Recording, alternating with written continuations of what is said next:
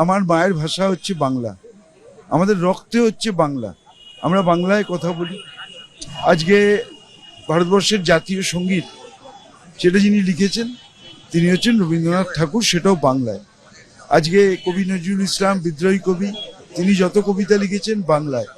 এমনকি আজকে যে আমরা বন্দে মাতরম গাই, দেশমাতৃকাকে যে আমরা প্রণাম জানাই, সেই বন্দে মাতরম সেটাও লিখেছেন বঙ্কিমচন্দ্র চট্টোপাধ্যায়, কথাশিল্পী শরৎচন্দ্র চট্টোপাধ্যায়।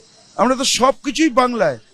কারা কোন মূর্খরা বলছে যে বাংলা ভাষা মানে বাংলাদেশিদের ভাষা, আমরা সেই মূর্খদের চিহ্নিত করতে চাই এবং বাংলার মানুষের কাছে তাদের এক্সপোজ করতে চাই যে এরা বাংলা বিদ্বেষী।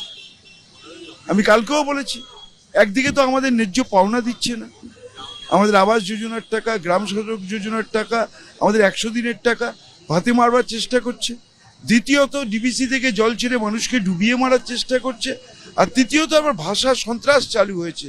বাংলা এবং বাংলা ভাষাকে শেষ করার একটা চক্রান্ত কেন্দ্রীয় সরকার এবং বিজেপি করছে। তার বিরুদ্ধে আমাদের সবার প্রতিরোধ থাকবে, প্রতিবাদ থাকবে।